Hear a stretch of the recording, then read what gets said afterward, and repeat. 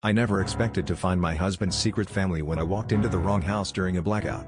The storm had knocked out the power, and in the unfamiliar darkness of our new neighborhood, I stumbled through what I thought was my own front door.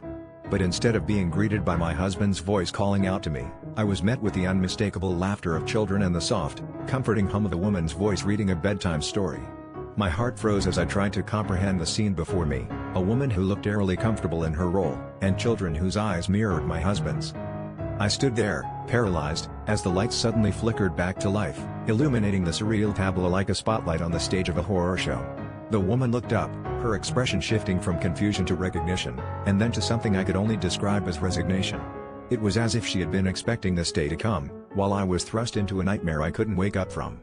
My husband's voice echoed from another room, calling out for the kids, and the familiar timbre of it sent a nauseating wave of betrayal crashing over me.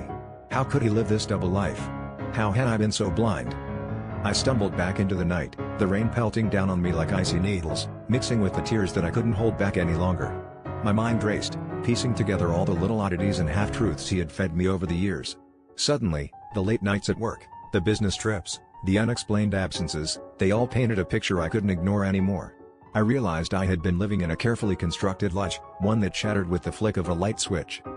In the days that followed, I confronted him, and his silence spoke volumes. It was the end of us, but also the beginning of me unraveling who I was outside of him. The betrayal forced me to reflect on why I had ignored the red flags, why I had allowed myself to be so consumed by an image of love that wasn't real. In the end, the twist wasn't just discovering his other family, it was confronting the uncomfortable truth of my own complicity in the deception. As I walked away from the wreckage, I knew I was stepping into a new narrative, one where I would never again ignore the darkness hiding in the shadows.